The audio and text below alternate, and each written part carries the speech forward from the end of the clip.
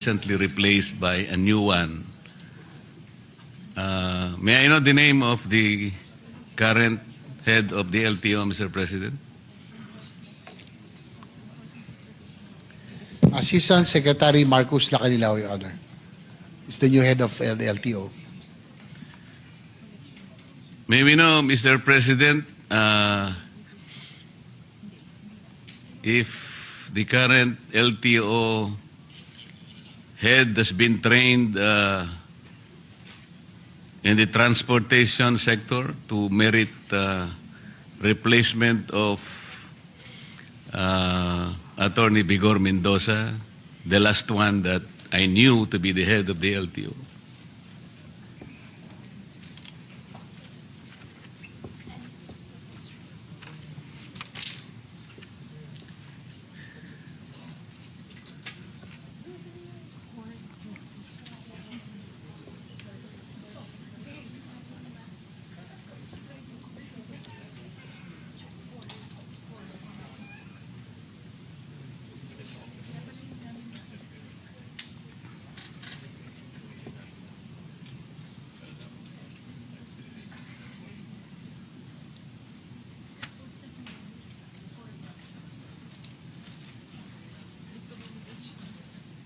Your Honor, Mr. President, he is beside me right now. He said that he has been active in the motoring sector and at one time part of in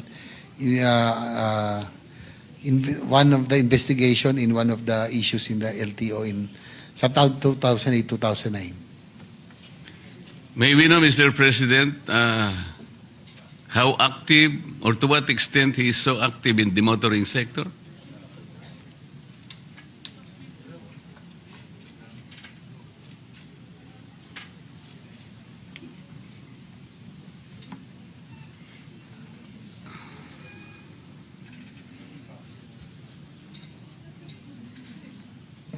Your Honor, Mr. President, according to the LTO head, he was active in the motorsports before, car racing and motorcycle racing, Your Honor, Mr. President.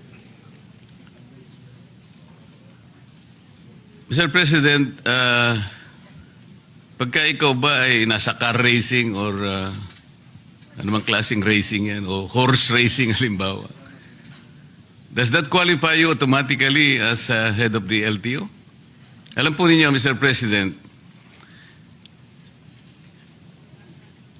doon lamang po sa mga core functions ng LTO, to name a few, issuance of licenses and permits, motor vehicle registration, enforcement of LTO laws, adjudication of traffic cases, collection of revenues for the government.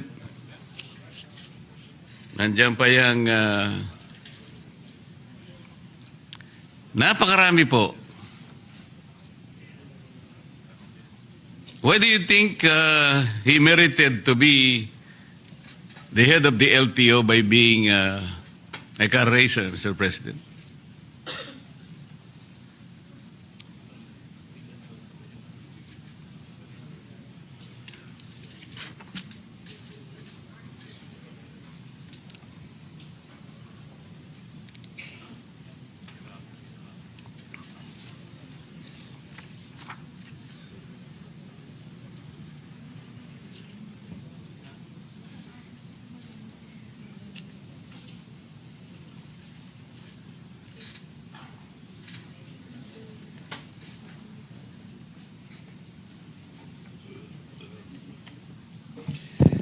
Your Honor, Mr. President, the LTO head said that he was formerly an ASEC of the civil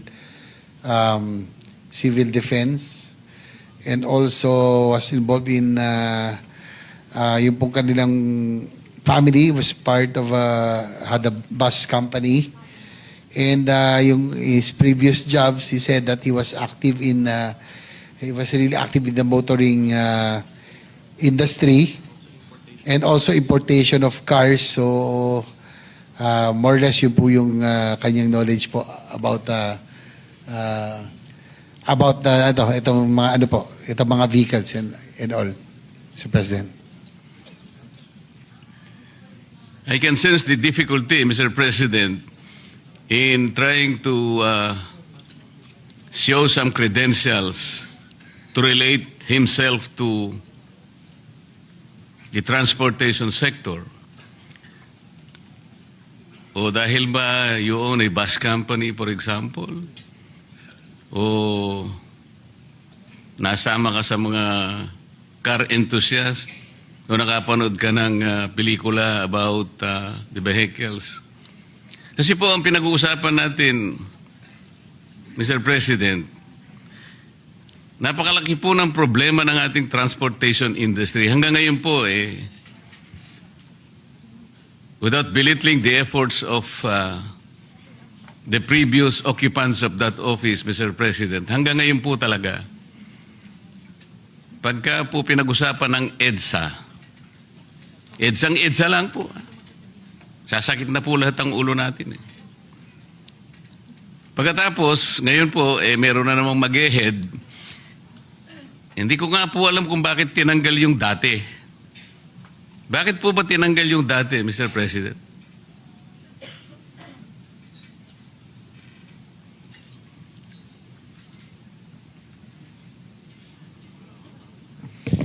Your Honor, Mr. President, according to Secretary Lopez, they bow down to the wisdom of the President. No? There was sort of a rigodon within the DOTR family, yung pong LTO head dati. Si Atty. Vigor Mendoza is now with LTFRB.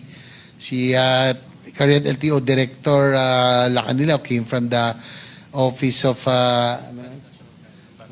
LT Cooperative Office of Transportation. Si Guadis napunta po sa Office of Transportation Cooperatives. Dati po si Director Lacanilao po yung nanggaling doon. So, ay di ba? Si Director Lacanilao, saan naman po galing? Ay, sorry. Ambassador pala siya ng transnational crime pala. Ito si Marcos Lacanilao, Your Honor. The current head of LTO. So, it was the decision of the President, prerogative of the President na nagkaroon po ng rigodon doon po sa DOTR attached agency, Your Honor. Mr. President, siguro po hindi na-advise na mabuti ang Presidente kasi kung galing pala siya sa transnational crimes, ano naman pong connection no sa transportation? Ang alam ko po, the present occupant of that office is Special Envoy for Transnational Crimes. Tama po yun? SETC. Tama po. Kayo po yata yung naghatid sa dating Pangulo nung siya po ay nasa Villamor Air Base. Kayong sumama para sa dalhin sa The Hague. Tama po? Tama po, Your Honor. O yun lamang po siguro yung transport-related activity na pwede nating isangkot sa inyo. Other than that, wala. At ang mahirap pa po, Mr. President, hindi naman kotse ang ginamit mo, aeroplano ang ginamit mo, so hindi ka rin dapat sana ron eh. Kung tricycle ang ginamit mo para dalhin mo si dating Pangulong Duterte sa The Hague, mula nung March hanggang ngayon, baka hindi ka pa nakarating. Sa layo nun. So wala din eh. Mr. President, ako po nangangamba lang sapagkat napakalaki ng problema ng transport sector natin. Licensing na licensing lang. Yung pag-i-issue lang ng plate ng mga sasakyan. Registration. Enforcement ng ating LTO laws. Paano niyo po i-undertake ang napakarami pong sagutin na ito? Wala naman po kayong training. Ano po ba yung academic discipline ng ating bagong ASEC ng LTO, Mr. President?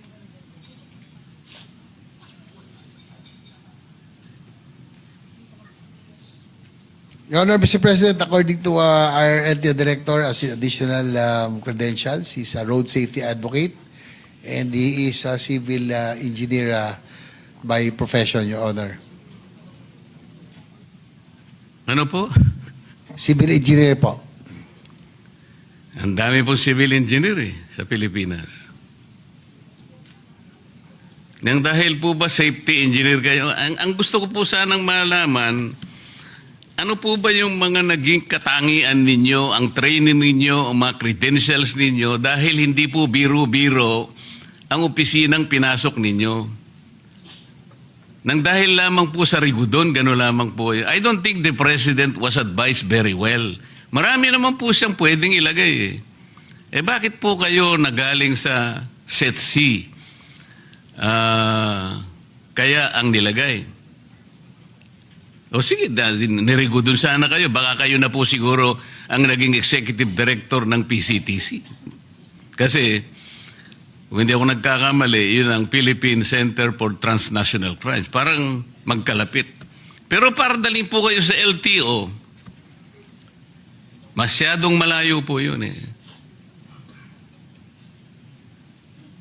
Is my observation valid, Mr. President?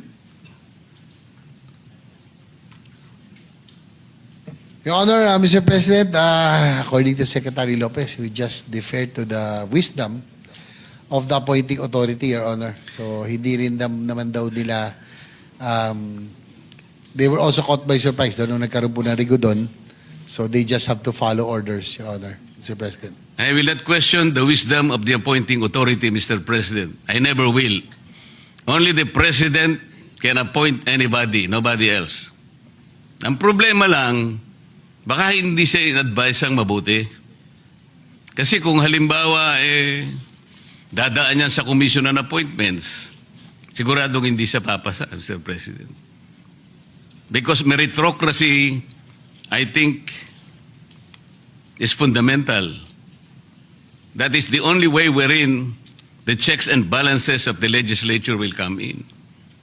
Without questioning the appointing authority, but we can assess the competence, the merit and fitness of the appointee. Now we are talking about the budget, Mr. President. We're going to entrust to the head of the LTO the budget that they required to execute the programs for 2026. The concern is, kung wala naman po kayong training sa gagawin ninyo,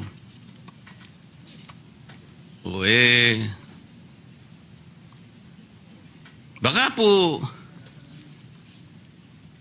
may papangako po ba ninyo na ang budget na ibibigay sa inyo ay talagang magagastos doon sa kanyang dapat nakapuntahan, considering na hindi naman po kayo talaga nakaakma doon sa posisyon na dapat sana ay naibigay doon sa talagang karapat-dapat, Mr. President. Well, Your Honor, Mr. President, according to Secretary Lopez, since the LTO will be directly under the OSEC, they will really monitor and make sure that they will function and the reforms that need to be instituted will be done.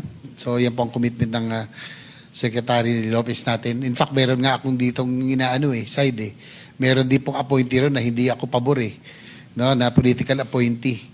Na we should appoint people who have the technical skills and know-how and knowledge para hindi mo masayang. Not political appointees. I'm talking about the PNR chairman who was recently appointed.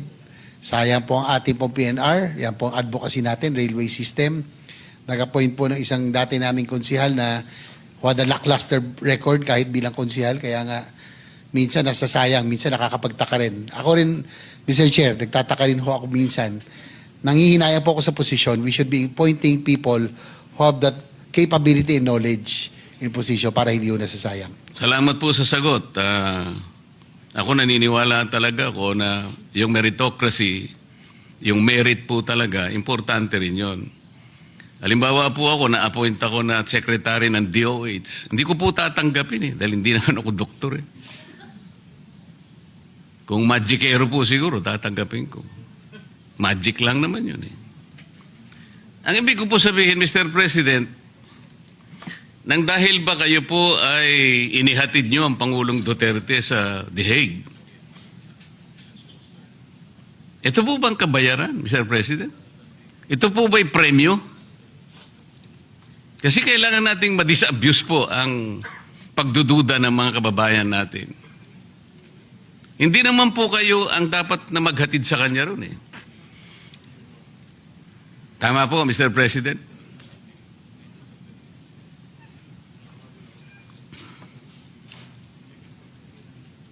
Your Honor, sabi po ni Asik Lacanilaw, siya nga po, he confirms that he was one of those on the plane with the former president. Opo, Hindi na wala po namang siya. pagdududa doon and there's no debate in that. Ang tinatanong po, kayo po bang authorized na dapat sumama na maghatid sa hindi tamang pagkakahatid sa dating Pangulo? Under what authority did you accompany the former president to The Hague, Netherlands? According to Asik Lacanilaw, being with the OSCE, they are on top of the Interpol po. Kaya po sila po kasama. Kaya What po do siya you po mean kasama. they are on top of the Interpol, Mr. President?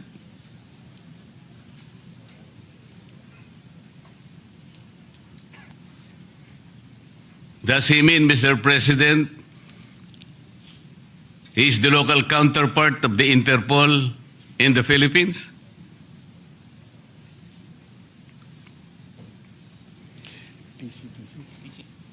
Yung pong PCTC daw po is that's Interpol NCB Manila.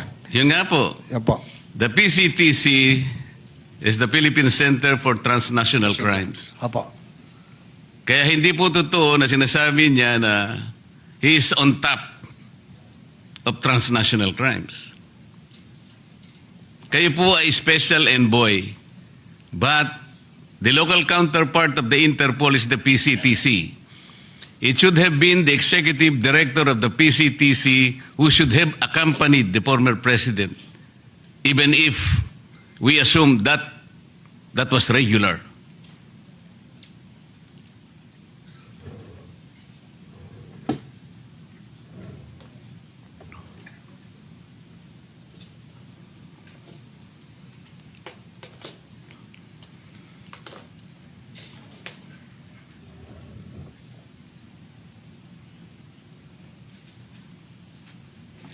According to Asik Lacanilaw, that meron po daw siyang dokumento that he was well documented for him to be able to accompany the former president to The Hague, being the head of OSCE. Tapos yung PCTC po is the operational arm under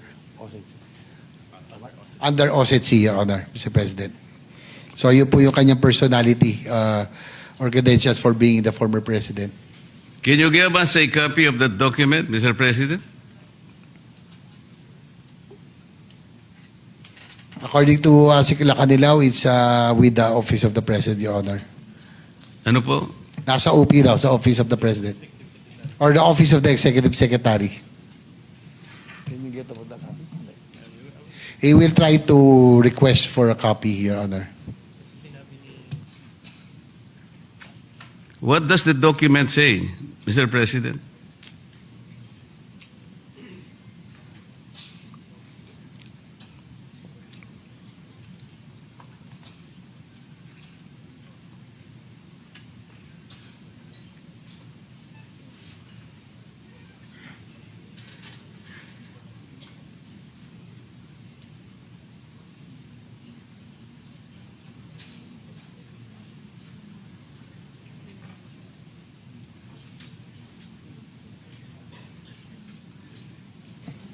According to Asik Lacanilaw, he doesn't know exactly the contents of the document, but he was just informed that there was a document that designated or allowed him to accompany the former president, Your Honor, being OSCE.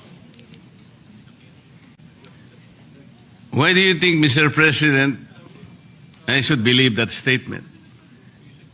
He referred to a document which content he doesn't know.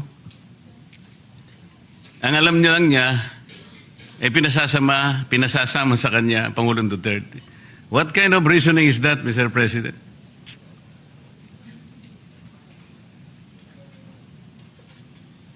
Sabihin nyo na yung totoo para matapos na ako. Kasi sandali lang naman sana ako eh. Kung hindi lang paligoy-ligoy kayo, tapos na ako eh.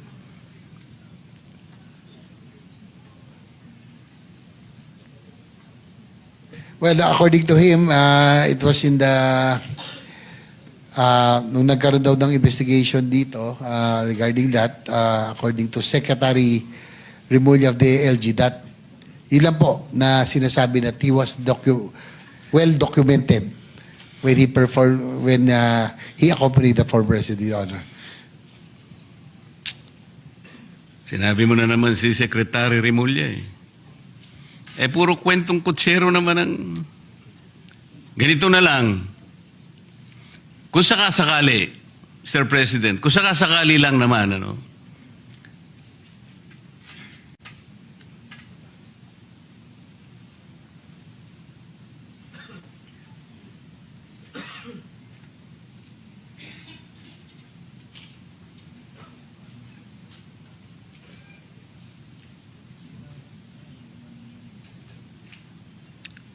ito po kasi, tama naman yung aking suspecha, Mr. President.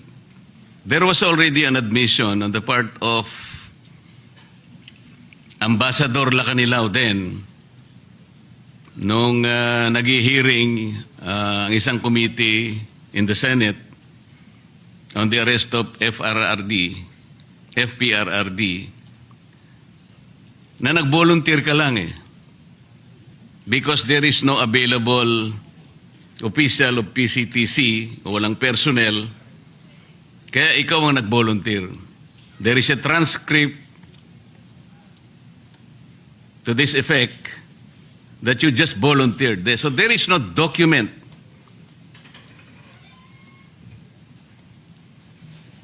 So, which is very, very clear, Mr. President, that he himself volunteered due to the unavailability of personnel from PCTC.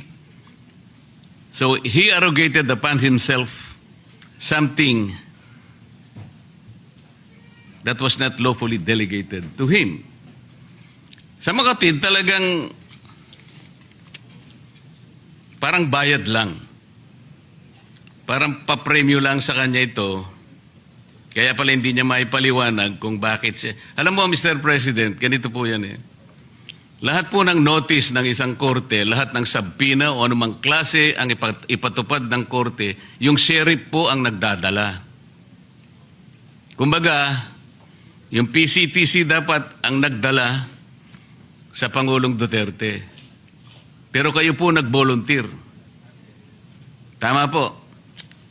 Ito Yes, po Your ang Honor, transcript. Yes, Your Honor, Mr. President, inaamin po ni Asik Lilaw na siya po ay nag-volunteer. Oh, nag-volunteer. So wala na yung dokumento ha. Wala na yung dokumento eh. Hindi mo nga maipaliwanag kung ano yung content ng document. Eh, kwento lang yun. Kwentong kutsero lang. Yes?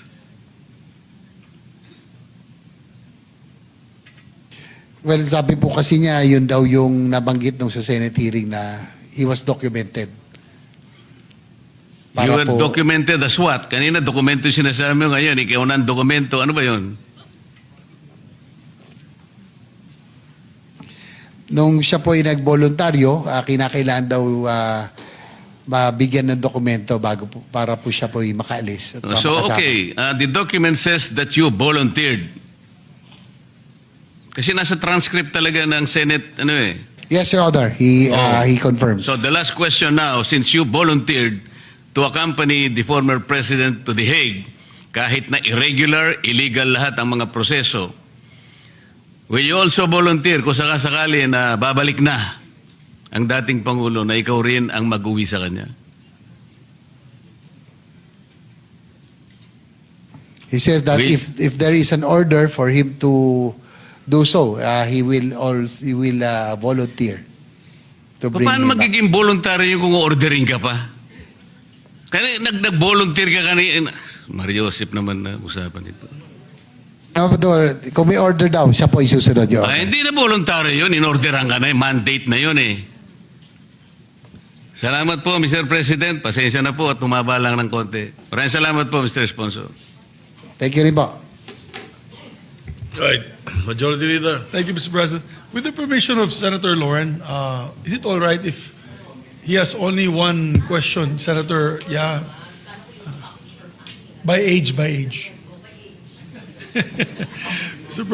Age before beauty. Mr. President, may we recognize for a few questions our Senate President Pro Temp, with the permission, of course, of Senator